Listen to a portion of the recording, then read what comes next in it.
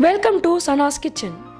இன்னைக்கு நம்ம வீடியோவில் ரொம்பவே ஹெல்தி அண்ட் கலர்ஃபுல்லான சொரக்காய் கோஃப்தா கறி எப்படி பண்ணலான்னு பார்க்கலாம் வாங்க.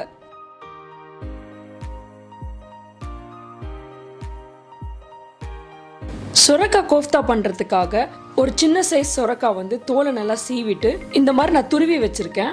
ஒரு வடிகட்டுற துணியில் போட்டுட்டு அதில் இருக்க தண்ணி ஃபுல்லாகவே நம்ம இந்த மாதிரி பிழிஞ்சு எடுத்துடலாம். தண்ணியோடு இருந்துச்சுன்னா நம்மளால் அந்த கோஃப்தா பால் மாதிரி பிடிக்கிறது ரொம்ப கஷ்டமாக இருக்கும். இப்போ இந்த தண்ணியை வந்து தனியாக எடுத்து வச்சிடலாம். இதை வேஸ்ட் பண்ணாதீங்க, நம்ம கிரேவி பண்ணும்போது அதில் ஆட் பண்ணிக்கலாம். இப்போ கோஃப்தா பண்ணுறதுக்காக தண்ணியெல்லாம் பிழிஞ்சு எடுத்ததுக்கப்புறம் இந்த துருவுன சொரக்காயை வந்து நான் ஆட் பண்ணிக்கிறேன். இப்போ இது கூட வந்துட்டு 2 பச்சை மிளகாய் வந்து சின்னதாக கட் பண்ணி ஆட் பண்ணிக்கிறேன். ஒரு சின்ன சைஸ் வெங்காயம் வந்து பொடியாக கட் பண்ணி ஆட் பண்ணிக்கிறேன். 2 ஸ்பூன் அளவுக்கு கடலை மாவு ஆட் பண்ணிக்கிறேன். 1.5 ஸ்பூன் அளவுக்கு சில்லி பவுடர் ஆட் பண்ணிக்கிறேன். 1 ஸ்பூன் அளவுக்கு கிச்சன் கிங் மசாலா, 1/2 ஸ்பூன் அளவுக்கு டர்மரிக் பவுடர், 1/2 ஸ்பூன் அளவுக்கு பெப்பர் பவுடர். இப்போ இதெல்லாமே சேர்த்து நல்லா மிக்ஸ் பண்ணிடலாம். தண்ணி எதுவுமே ஆட் பண்ண வேண்டாம். இந்த துருவின சொரக்காயிலே வந்துட்டு லைட்டான தண்ணி பதம் இருக்கும். அதுவே இது வந்து நல்லா பால் மாதிரி பிடிக்கிறதுக்கு போதுமான பதமாக இருக்கும். இப்போ இது கூட வந்துட்டு 1 ஸ்பூன் அளவுக்கு இஞ்சி பூண்டு பேஸ்ட் வந்து ஆட் பண்ணிக்கிறேன்.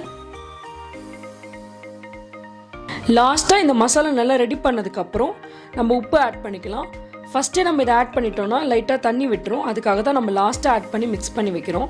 இப்போ இந்த கிரேவி ரெடி பண்ணுறதுக்காக ஒரு கடாயில் 1.5 ஸ்பூன் அளவுக்கு நான் எண்ணெய் ஆட் பண்ணிக்கிறேன்.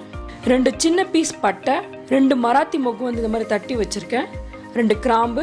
இதை ஆட் பண்ணி நல்லா வதக்கிடலாம். 3 4 பச்சை மிளகாய் வந்து இந்த மாதிரி பொடியாக கட் பண்ணி ஆட் பண்ணிக்கலாம். இப்போ இந்த கிரேவிக்கு தேவையான இஞ்சி பூண்டு பேஸ்ட் 1 ஸ்பூன் அளவுக்கு நான் ஆட் பண்ணி நல்லா இந்த எண்ணெயோடு வதக்கி விட்டுறேன். இப்போ இது லைட்டாக வதங்கினதுக்கப்புறம் 1.5 ஸ்பூன் அளவுக்கு சில்லி பவுடர் வந்து ஆட் பண்ணிக்கிறேன். ஒரு 1/4 ஸ்பூன் அளவுக்கு டர்மரிக் பவுடர் ஆட் பண்ணிக்கிறேன். இந்த மாதிரி நம்ம எண்ணெயிலே இதை ஆட் பண்ணும்போது இந்த கிரேவிக்கு வந்து ஒரு நல்ல கலர் கொடுக்கும். இப்போ இது எண்ணெயில் நல்லா வதங்கி மிளகாய் பவுடரோட பச்சை ஸ்மெல் போனதுக்கப்புறம் மீடியம் சைஸ் வெங்காயம் வந்து நான் பொடியாக கட் பண்ணி வச்சுருக்கேன். இப்போ நான் அதை ஆட் பண்ணிக்கிறேன். இது நல்லா வதக்கி விட்டுடலாம். வெங்காயம் வந்து சீக்கிரமாக வதங்கி வர்றதுக்காக நான் 1 ஸ்பூன் அளவுக்கு சால்ட் வந்து ஆட் பண்ணிக்கிறேன். வெங்காயம் ஒரு வேளை அடி பிடிக்கிற மாதிரி இருந்துச்சுன்னா லைட்டாக நம்ம எடுத்து வச்சுருக்க அந்த சொரக்காவோட தண்ணி வந்து ஆட் பண்ணிக்கலாம். இப்போ மூடி போட்டு இந்த வெங்காயம் வந்து 1-2 நிமிஷம் நல்லா வதங்கட்டும். அதுக்குள்ளே நம்ம வந்து கோஃப்தா பால்ஸை வந்து நல்லா வேக வச்சு எடுத்துக்கலாம். எப்போவுமே இது எண்ணெயில் போட்டு நல்லா ஃப்ரை பண்ணி எடுப்பாங்க. இந்த வாட்டி கொஞ்சம் ஹெல்த்தியாக நான் வந்து இட்லி பாத்திரத்தில் வந்து இதை வேக வச்சு எடுத்துக்க போகிறேன். வெங்காயம் வந்து நல்லா வெந்து வந்துருச்சு. இந்த ஸ்டேஜில் வந்து ஒரு 1/2 ஸ்பூன் அளவுக்கு கிச்சன் கிங் மசாலா வந்து நான் ஆட் பண்ணிக்கிறேன். இது நல்லா கலந்து விட்டதுக்கப்புறம் 2-3 தக்காளி வந்து நல்லா பியூரே பண்ணி வச்சுருக்கேன். அதுவும் இந்த வெங்காயத்தோடு நல்லா ஆட் பண்ணி ஒரு தொக்கு மாதிரி இதை வந்து நல்லா வேக வச்சிடலாம். 2-3 நிமிஷம் இது நல்லா வதங்கி வரட்டும்.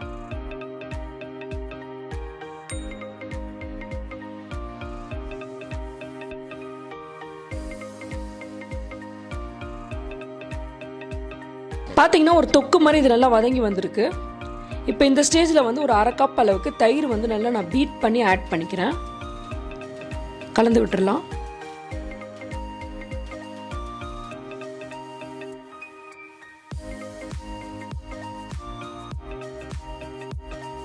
இந்த கிரேவி வந்து சீக்கிரமாக ரெடி ஆகிறதுக்காக ஒரு 1/2 கப் அளவுக்கு நான் சுடு தண்ணி வந்து ஆட் பண்ணிக்கிறேன்.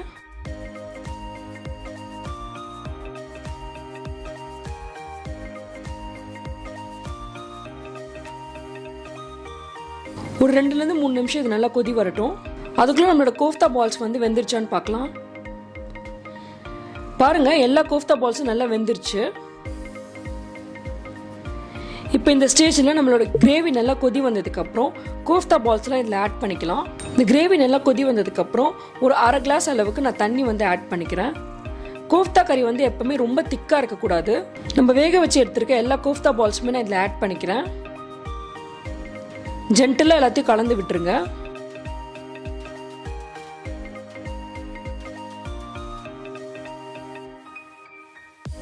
இன்னும் கொஞ்சமாக நான் தண்ணி ஆட் பண்ணிக்கிறேன்.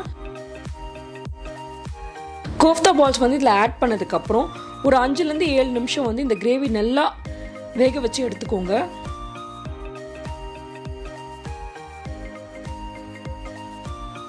இப்போ பாருங்கள், இந்த கிரேவியே சூப்பராக ரெடி ஆயிடுச்சு. கோஃப்தா பால்ஸும் ஃபுல்லாக வெந்துருச்சு. மேலே நல்லா எண்ணெய் பிரிஞ்சு வந்திருக்கு. இப்போ இந்த ஸ்டேஜில் வந்துட்டு பீட் பண்ணி வச்சுருக்க ஃப்ரெஷ் க்ரீம் வந்து நான் ஒரு 1/2 கப் அளவுக்கு ஆட் பண்ணிக்கிறேன்.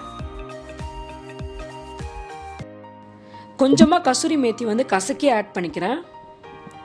அவ்வளோதான், ரொம்பவே கலர்ஃபுல் அண்ட் ஸ்பைசியான நம்மளோட சொரக்காய் கோஃப்தா கறி வந்து ரெடி ஆயிடுச்சு. சர்வ் பண்ணிடலாம். கம்மியான ஆயில் யூஸ் பண்ணி சூப்பர் கலர்ஃபுல்லாக நம்மளோட கிரேவி வந்து ரெடியாக இருக்கு. பூரி சப்பாத்திக்கெலாம் இது ரொம்ப டேஸ்டான சைட் டிஷ்ஷாக இருக்கும். நீங்களும் இது வீட்டில் ட்ரை பண்ணி பார்த்துட்டு உங்கள் ஃபீட்பேக்கை கமெண்ட்ஸில் சொல்லுங்கள். Happy cooking. இந்த ரெசிபி பிடிச்சிருந்துச்சுன்னா லைக் பண்ணுங்கள், ஃப்ரெண்ட்ஸ் அண்ட் ஃபேமிலியோட ஷேர் பண்ணுங்கள், என்னோட சேனலை சப்ஸ்கிரைப் பண்ணுங்கள். தேங்க்யூ.